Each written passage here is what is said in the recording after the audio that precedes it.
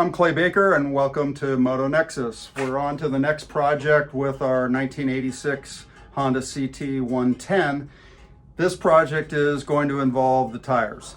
And while they look like they have lots of tread and they do actually hold air, which means the tubes are good, the tires themselves are long past their useful life.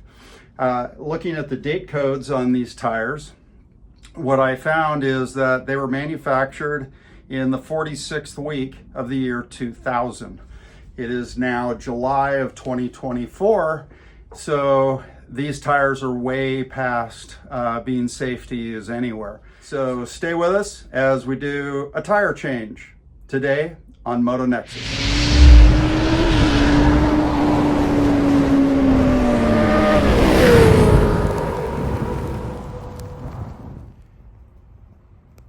So let's get down here close to these tires. This is the rear tire, and as you can see, lots of checking and cracking all the way around this tire.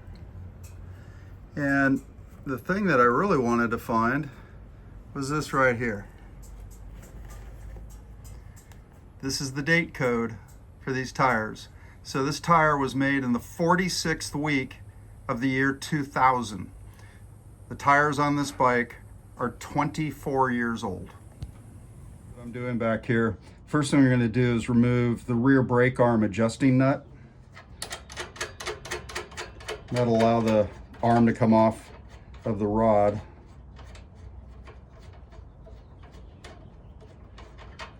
It's not going to swing back far enough to get off now. When we loosen up the axle and the adjusting nut, this will all slide forward.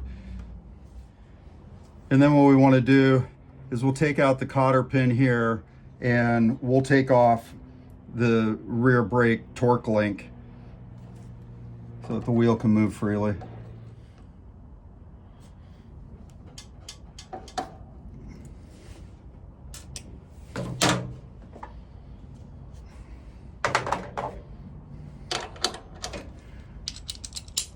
So now we'll just take off the 12mm nut.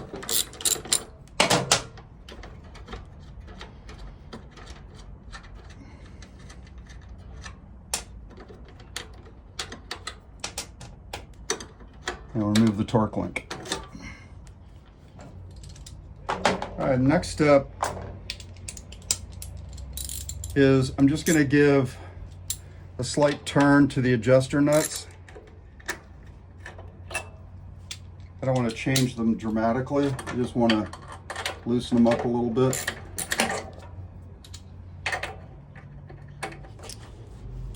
And we'll take the cotter pin out of the rear axle.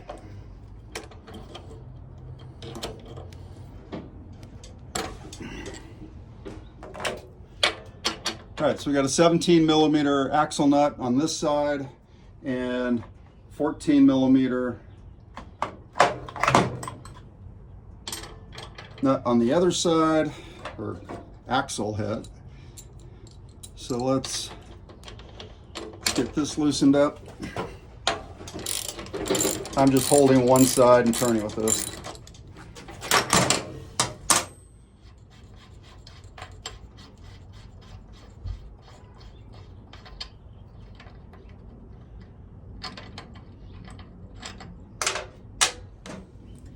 The axle can be a little difficult to get out.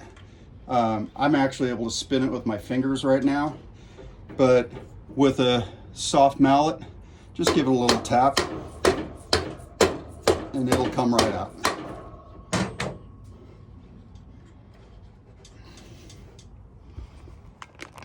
Now, on the right side of the rear wheel, there's a spacer in here, and we don't want to lose that. So just remember where it's all going to go. To make my job a little easier, I took the floorboard out of my lift. You can do this on a center stand outside. The other thing you could do is, if you're able to tie it down like I have in the front, you could just crank down on the tie downs, compress the front shocks. Put a lift underneath the engine guard. There's a number of ways to do it. This is super easy for me if you've got a lift at home. All right, so we'll take the brake rod out. Hold on to this, we don't want that falling away somewhere. And now we just remove the axle.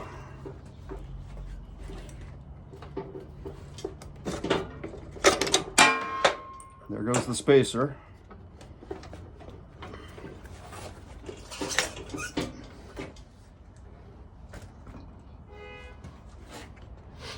All right, so I'm going to start by getting the air out of this tire. Just pull the cap.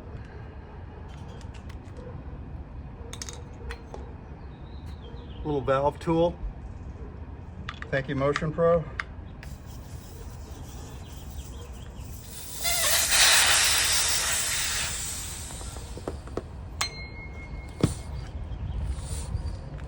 Now, unlike a big bike, this bead's going to break right away. It's already free. I just want to get all the air out of that tire.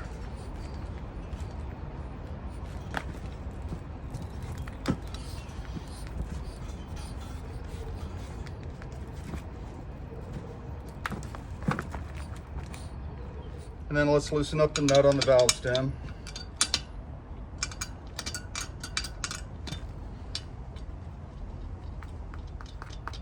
Just going to take this nut all the way off.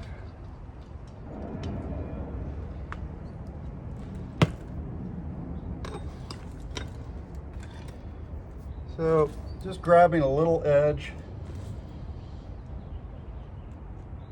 Try not to be too rough with it. I don't want to get the tube in between the bead and my tool if I can avoid it.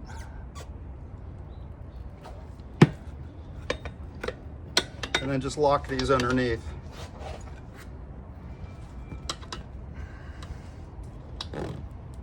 Just a little bit more.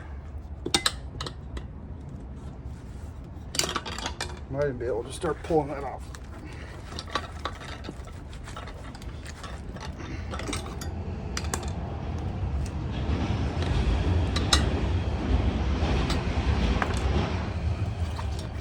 There we go.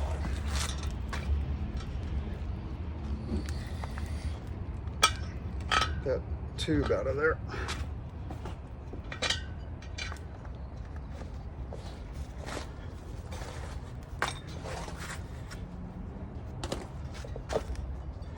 And then just push that other bead over the edge. You can do it by hand.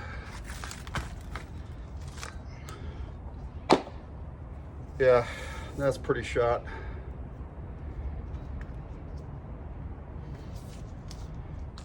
All right, now that the tire, the tube, and the rim protector is off, we can do a quick inspection. See if there's any significant rust anywhere. It's actually pretty clean. One other thing I like to do is you can check to see what kind of shape the spokes are in, if anything's loose. Just go around and hit each spoke.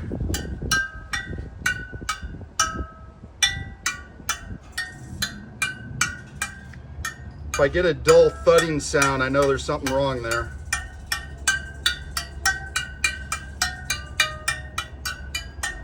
But I'm getting a nice ring out of each one, so we're good.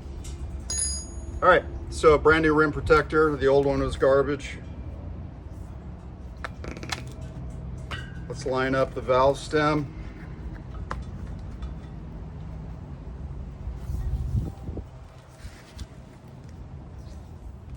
And then get this evenly over all the ends of the spoke nipples down into the center.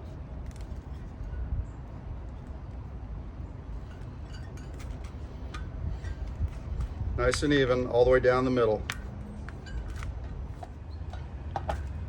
Now, to make this job a little easier, I'm going to put a little, this is just Dawn dish soap, around one side.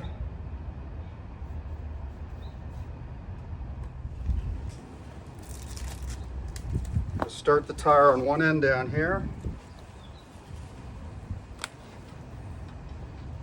Just work it around.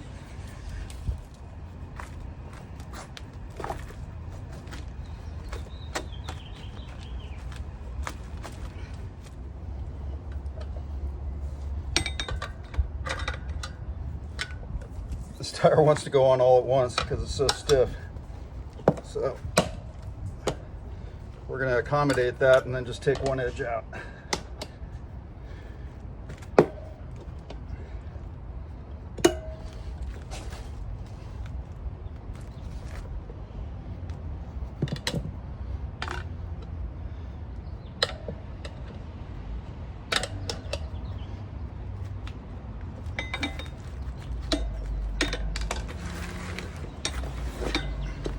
There we go.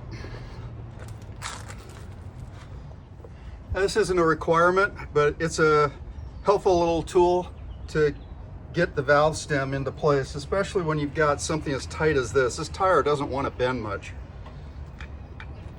And so all I'm going to do, I'm going to take the valve stem out.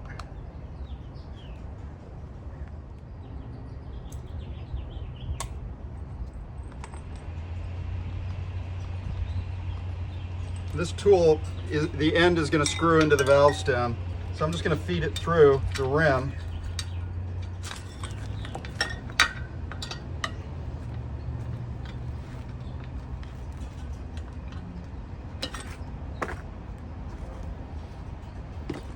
Just lay this out flat.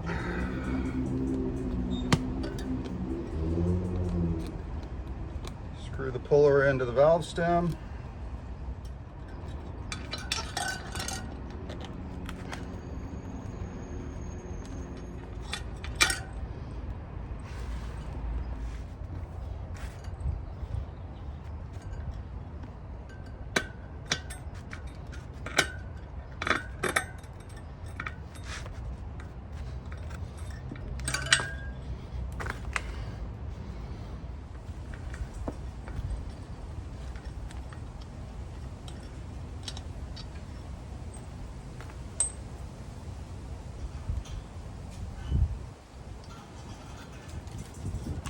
So we got the valve stem through the rim.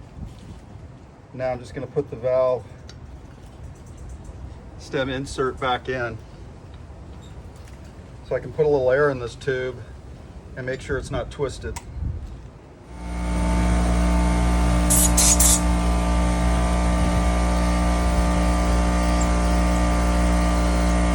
So all I want to do now is make sure that the tube isn't twisted.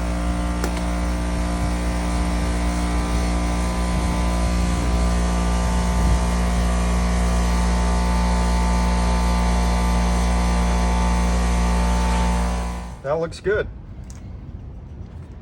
So let the air back out.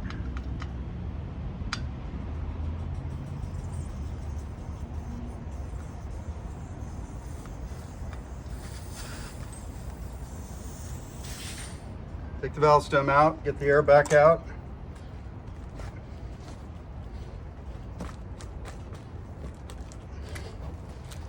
Okay, once again, we're going to lube this.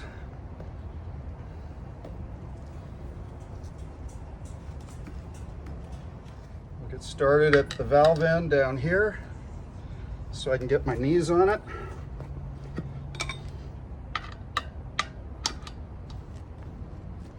There we go. This is pushing the bead into the dish in the rim, and so now you can just start working the tire around and it won't pop off.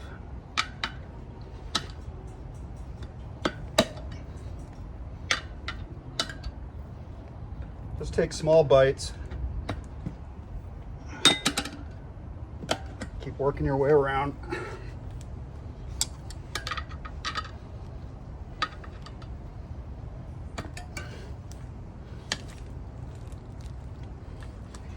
A lot of this is pushing on by hand. I'm doing this out in the sun to take advantage of warming up the tire and the tube so they're more flexible.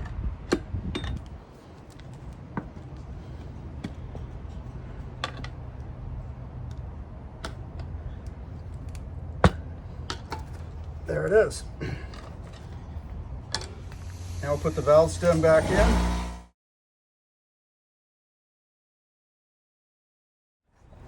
So there's our rear tire ready to go back on the bike. Definitely is something you can do at home. let's get this on the bike and move on to the front tire. So before I put the rear wheel back together, just a quick inspection of the brake shoes. They actually have quite a bit of life left on them. The indicator on the back showed that as well. So, which is the marker up here. You pull the arm and when it's on the bike, and as long as it doesn't come to this triangle down here, you've got brake life left. But I'm looking in here also to see that things are lubed and clean, and that the condition of the shoe all the way around is fine, and it is. All right, so I've also put some grease on the inside of the bearing here where the axle and the wheel will be spinning. The axle's not, the wheel is. Got our rear brake hub. Just get that in place.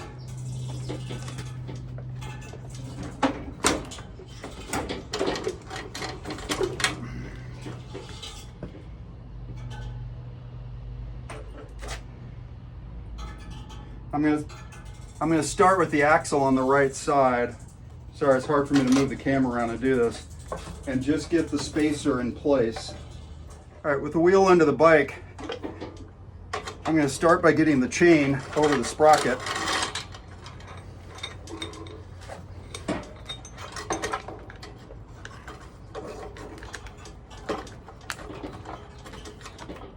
That'll help support the left side. Then the trick from the right side is to get the axle and the spacer in together.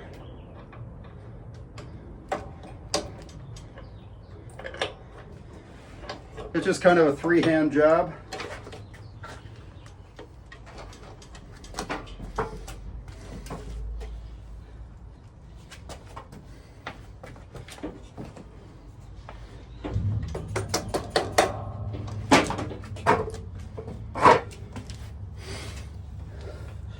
Now that the axle is through the frame, we can slip our adjuster back on.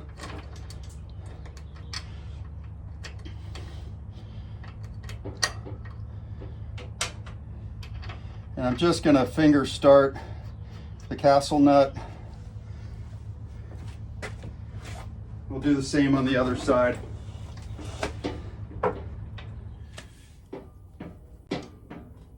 The first thing we want to do, now that the axle is in loose, is we're going to hook up the bar link. So the bolt goes in the head on the back.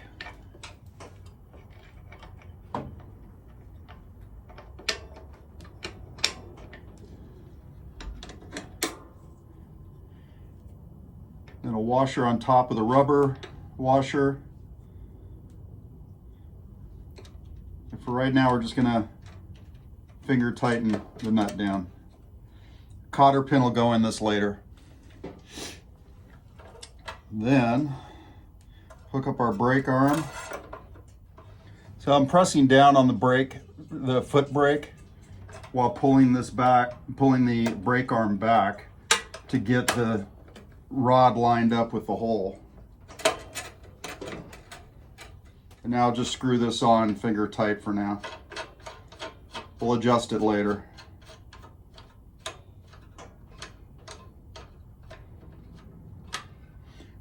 All right, next step is to get this rear wheel aligned with the correct tension on the chain. So I've lined up on the third notch from the left. And what we want to do now is check that we've got 3/8 to 3/4 of an inch of slack on the chain.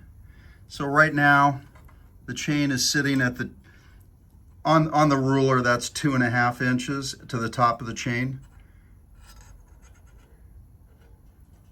So that's a lot more slack than we want. So I'm just going to snug this down a little bit, and then we'll adjust the two adjuster nuts at the back here to get the amount of slack that we want, and then tighten everything down. So that's snug, but not so snug that I can't adjust it with the adjuster nuts back here.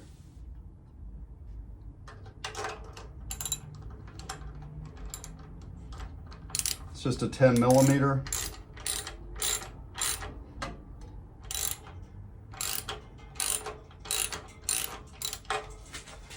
Make the same adjustment on the other side.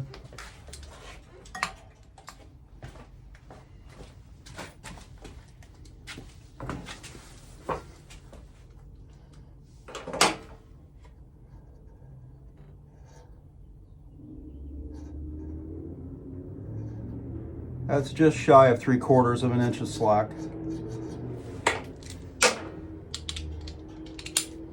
So let's snug this down. Got a 14 millimeter on the right and a 17 on the left.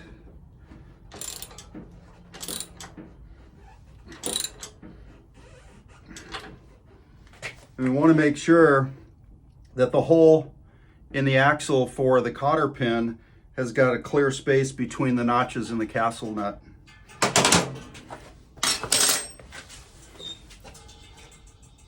Okay, our slack is good.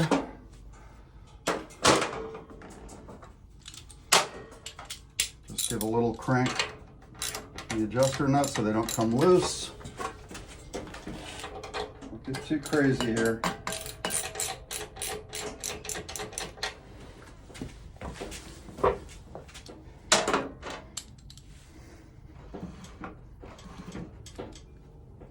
Now, what we can do is measure from the center of the swing arm's pivot to the center of the axle. And I've got 14 7/8 of an inch. So just check the other side and see if it's the same.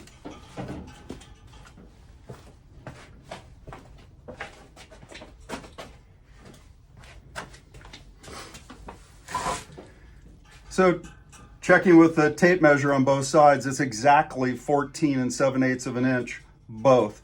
If it was even out by a 1/16 of an inch, I could have come in and made that adjustment with the axle adjusters here. So we're all set. This back end is back together. All we got to do now is put some cotter pins in and we can move on to the front tire.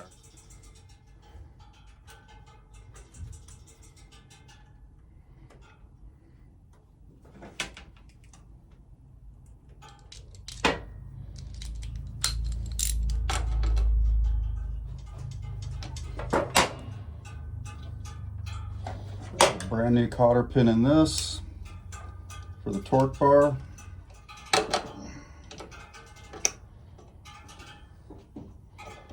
Now we just need to adjust this rear brake arm and the rear end's all done.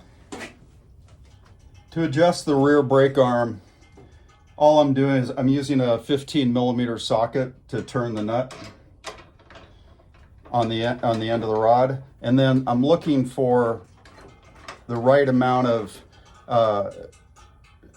movement in the foot pedal itself. And the shop manual gives you a good idea what the range should be. But I also just have the feel of my foot and where I want it to hit in terms of how much I'm cranking my ankle down.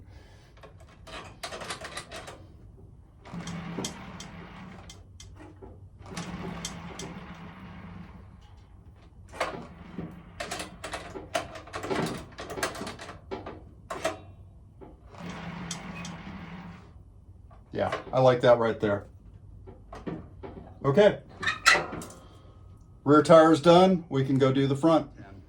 Thank you. If this helped you in any way, please click the like button, subscribe to the channel. It helps us out so much to see more and more people joining in. And thank you for watching. I appreciate it.